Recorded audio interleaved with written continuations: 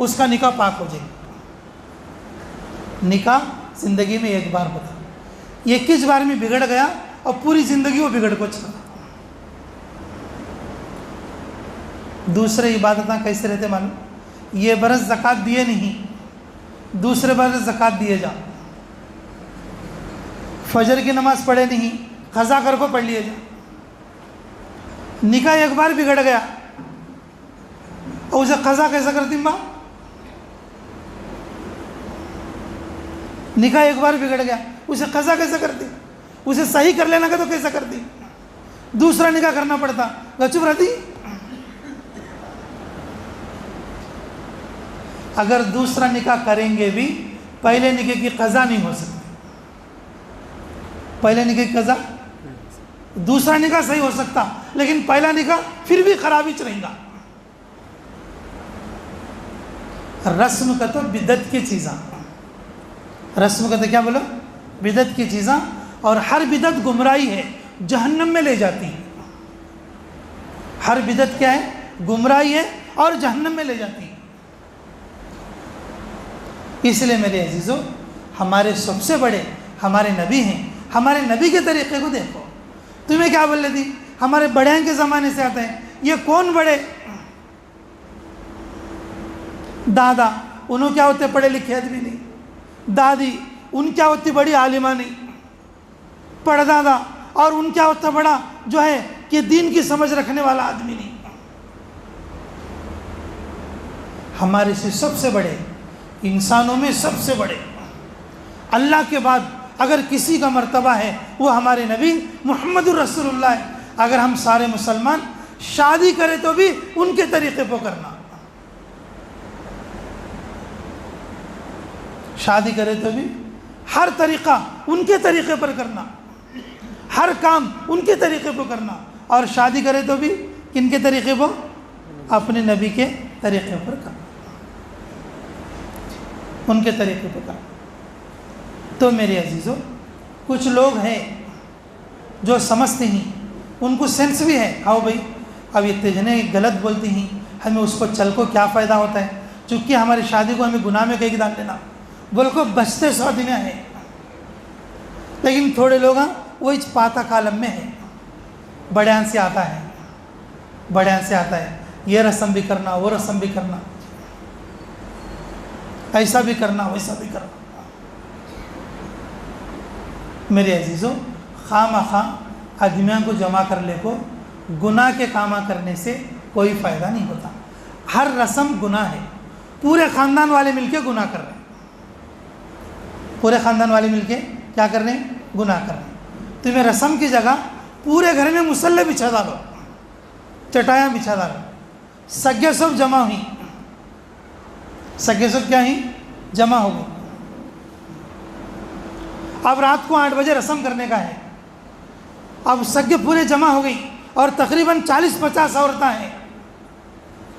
گھر میں پورے کپڑے بچھا ڈالو، سب جنے سے کہو گے وضو کر لے، سب جنے مل کو نماز پڑھیں گے۔ رسم کرنے والے عورتیں سب جنے مل کو گھر میں نماز پڑھیں، نماز پڑھ کو شو کے لیے، عرس کے لیے دعا کریں، شو کے لیے، عرس کے لیے کیا کریں؟ فرض ادا ہوتا، گھر میں برکت آتی، دعا قبول ہو تو شو عرس کی زندگی بن جاتی، اور ان کی زندگی میں اللہ کی رضا حاصل ہوتی۔ اس دن رسم کی وجہ سے جو نماز چھوٹ رہی تھی ان کے گھر میں، اور جو ہے شادی کو آنے کی وجہ سے نماز پڑھتی۔ جو عورت گھر میں کبھی نماز نہیں پڑھتی، شادی کو آ کو 5 نمازاں پڑھ کو گئی۔ یہ ایک بھائی کو یہ بیتم چلے سی، یہ ایک عورت ہے یہ کول کنٹلے سی، گھر میں کبھی نماز نہیں پڑھتی، شادی کے گھر میں سب جنے نمازاں پڑھتی۔ سب جنے کیا کرتی؟ ان بھی کیا کرتی بولو؟ نماز پڑھتی۔ شادی کا اس کو شادی کے گھر میں 5 نمازاں پڑھ کو جاتی، شادی کے گھر والوں کو ثواب، ایسو سے ثواب، اس کا حکم پورا ہوتا، اللہ کی رضا ملتی، شادی میں برکت آتی۔ ایسے کام چھوڑ ڈال کو نماز پڑھتی، سب کو بھی نماز چھوڑا آتی، رسم ہے بول کو، نماز پڑھتی سو بھائی کو بھی کیا چھوڑا ڈالتی, نماز چھوڑا ڈالتی, کئی کو کہتا سب جنے مل کو رسما کرتی اور ٹائم نہیں, اور نماز پڑھنے والے کو بھی یہاں لکھو. بیچارہ اتنا کہ شو نماز پڑھتا, رسم بل کو شو کی نماز چلے گی.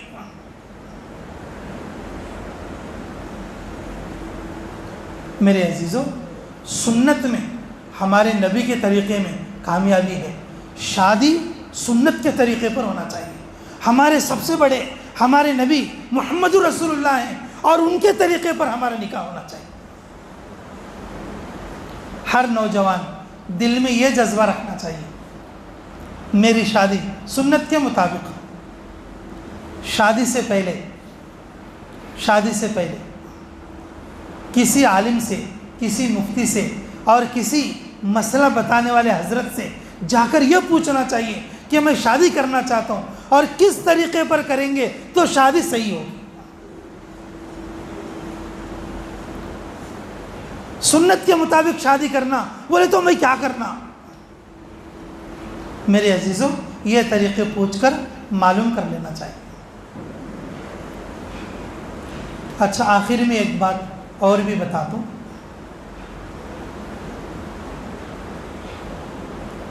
اللہ ہمیں عمل کی بھی توفیق عطا فرمائے. اسلام میں, مذہب اسلام میں, مسلمانوں میں شادی کا تو عورت بچی والوں پر وزن نہیں پڑنا.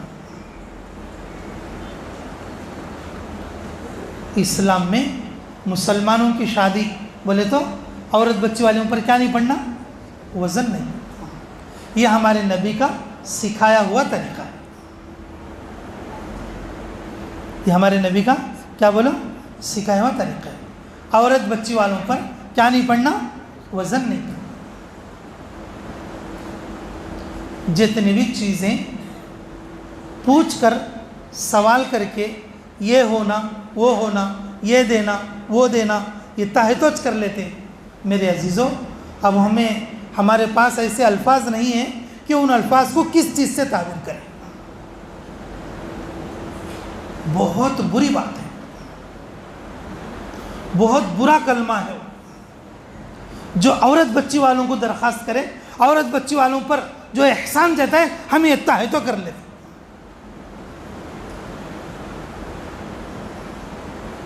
یہ جو بولتے نا کہ ہمیں اتنا ہونا اتنا ہونا, اس کی زبان سے جو بات نکلتی ہے دنیا میں سب سے بری بات ہے.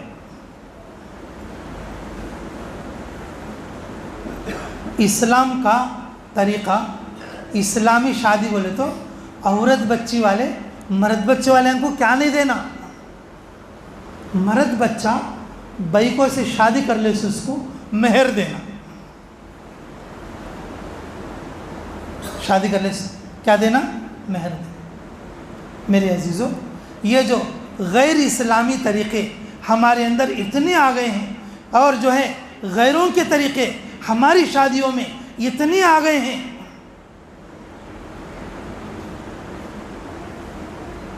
جس بیتم چرلے میں میں رہتا ہوں اور تقریباً 5 گھر مجھے ایسے معلوم ہے کہ جس گھر میں 40 سال کی بچیاں ہو گئیں لیکن ان کی شادی نہیں ہو رہی.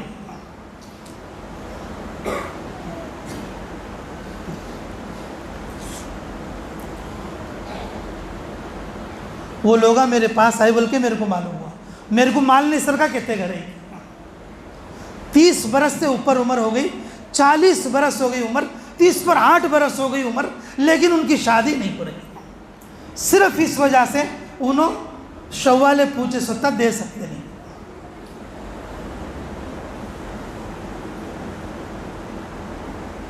ہے سو باپ کیا کر لیتا ہے, میں دے سکتا ہوں کو دیتا ہے, قرض لاتا ہے, کہاں سے لاتا ہے, کیسا لاتا ہے, اور وہ اللہ معلوم. بیٹی کی شادی کرنے کے بعد 10 سال تک ان قرضان پھیرتا رہتا. وہ کیسا کر لیتا ہے وہ اللہ اسے جانتا. لیکن میرے عزیزوں, میرے نبی محمد رسول اللہ صلی اللہ علیہ وسلم جو طریقہ بتائیں اس طریقے میں عورت بچی والوں سے لینا یہ تاوان اور ٹیکس اور رشوت کی شکل ہے وہ, اور گناہ عظیم ہے وہ. سب سے بری بات ہے وہ جو لڑکی والوں پر وزن ڈال کر لے.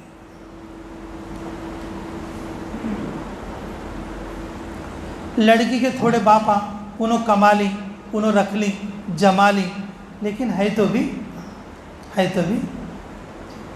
شادی میں دینا ضروری نہیں. اللہ نے قرآن میں مرد بچے کے لیے 2 حصے، عورت بچی کے لیے 1 حصہ بنایا. مرد بچے کے لیے 2 حصے، عورت بچی کے لیے 1 حصہ. اسے ترکہ بولتے، وراثت بولتے، آستی بانٹنا بولتے، اس کو آستی پمپکم بولتے اس کو. میرے عزیزو، آستی میں حصہ دینا واجب ہے، فرض ہے، ثواب ہے. شادی میں کٹنم دینا اور شادی میں چیزاں دینا عورت کے باپ کے لیے بھی گناہ ہے. پوچھنا اس کا گناہ ہے، اور جو ہے حد سے زیادہ دینا اس کا گناہ ہے.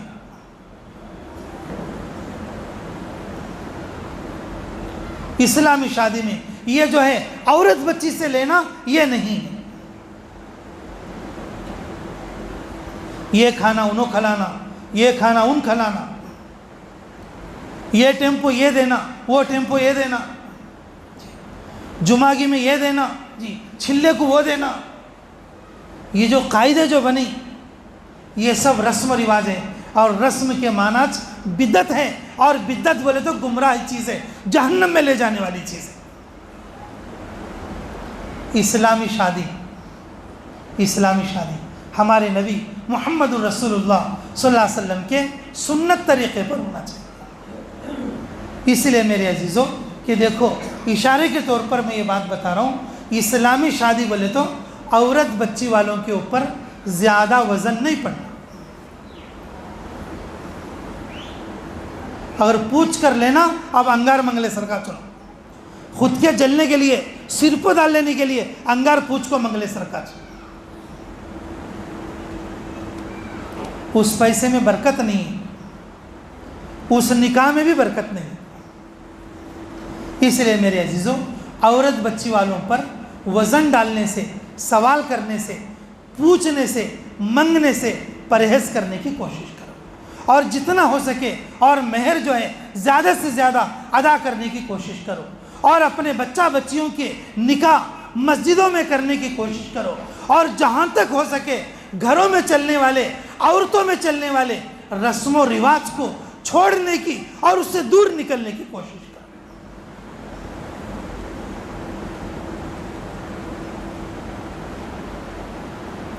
یہاں تک کہ پھول کے ہار سے بھی بچنا،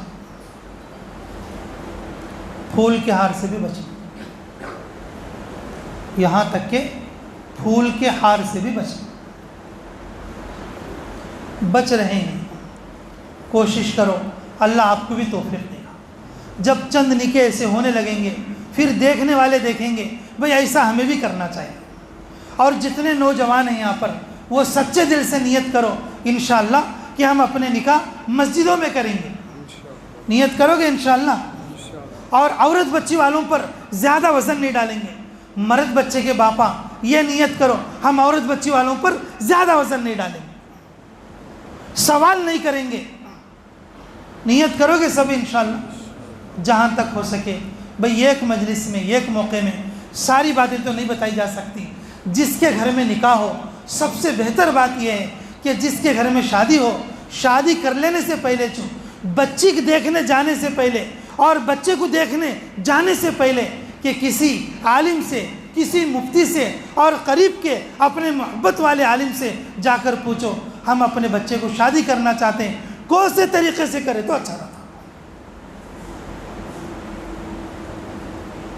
پوچھ لے کے، معلوم کر لے کے، جو شادی ایک بار ہوتی ہے اور جو ہے اس کو صحیح کر لینے کی کوشش کرو، اور ہمارے نبی محمد رسول اللہ صلی اللہ علیہ وسلم کے طریقے پر کرنے کی کوشش کرو. تو کریں گے بھائی سب انشاءاللہ.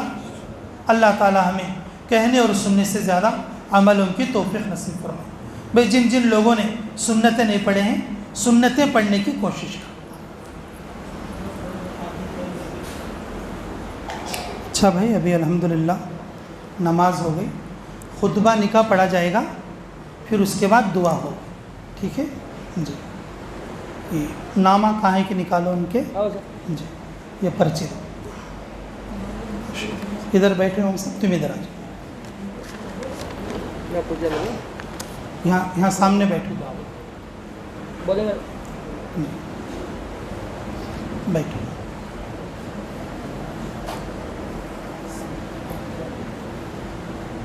ادھر بیٹھو ہم سب، یہاں سیٹ کر،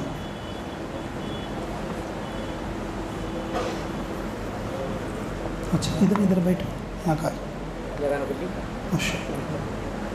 بھائی دیکھو، نکاح میں عام طور پر یہ ایک بات ہم بول لیتے رہتے، زندگی میں ایک بار نکاح ہوتا، نکاح میں ارمان پورا کرنا، یہ بات غلط ہے نا۔ نکاح میں ارمان نہیں پورا کرنا، سو ہمارے نبی کی سنت پوری کرنا، ہمارے نبی کی کیا پوری کرنا؟ ارمان بولے تو خواہش جو ہے، خواہش جانور پوری کرتے، مسلمان نبی کی سنت کو پورا کرتے، یہ بات یاد رکھو۔ نکاح میں ارمان نہیں پورے کرنا، سو نکاح میں اپنے نبی کی سنت کو پورا کرنا انشاءاللہ جی۔ خطبہ پڑھتے، بیٹھو نیچے بیٹھو۔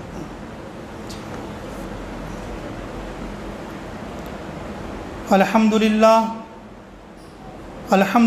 نحمده ونستعینه ونستغفره ونؤمن به ونتوکل علیہ ونعوذ باللہ من شرور انفسنا ومن سیئات اعمالنا، من يهده الله فلا مضل له ومن يضلل فلا هادي له، ونشهد ان لا اله الا الله وحده لا شريك له، ونشهد ان سيدنا ومولانا محمدا عبده ورسوله صلى الله عليه وعلى آله واصحابه اجمعین، اما بعد فاعوذ باللہ من الشیطان الرجیم، بسم اللہ الرحمن الرحیم، یا ایھا الناس اتقوا ربکم الذی خلقکم من نفس واحدۃ وخلق منها زوجها وبث منهما رجالا كثيرا ونساء واتقوا الله الذي تساءلون به والارحام ان الله كان عليكم رقيبا، یا ایھا الذین آمنوا اتقوا الله حق تقاته ولا تموتن الا وانتم مسلمون، یا ایھا الذین آمنوا اتقوا الله وقولوا قولا سديدا يصلح لكم اعمالكم ويغفر لكم ذنوبكم ومن يطع الله ورسوله فقد فاز فوزا عظيما، يا ايها الذين امنوا توبوا الى الله توبة نصوحا ان الله يغفر الذنوب جميعا انه هو الغفور الرحيم، وقال رسول الله صلى الله عليه وسلم النكاح من سنتي فمن رغب عن سنتي فليس مني، او كما قال عليه الصلاة والسلام، بارک اللہ لک وبارک علیکما وجمع بینکما فی خیر، بارک اللہ لنا ولکم فی القرآن العظیم ونفعنا وإیاکم بالآیات والذکر الحکیم، انہ تعالی جواد کریم ملک بر رؤوف الرحیم۔ بول امام صاحب،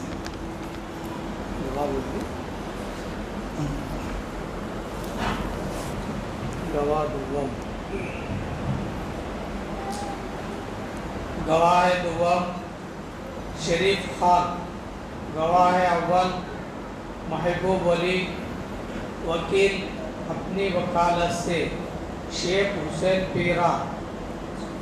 جی جی، بچے کا نام نہیں، نام نہیں، ان کی بیٹی کو بول کے بولو۔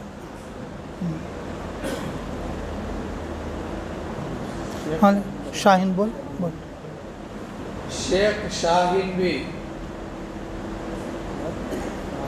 شفیع محبوب پیرا، شیخ محبوب پیرا، ہاں شیخ محبوب پیرا، ان کی بیٹی، ان کی لڑکی، اور 2500 روپے مہر نقد کے ساتھ حاضرین مجلس روح بے روح مالک بادشاہ کے نکاح میں دیا گیا ہے۔ کیا آپ نے قبول کیا؟ جی الحمدللہ، میں نے اس نکاح کو قبول کیا۔ بارک اللہ فیک۔ جی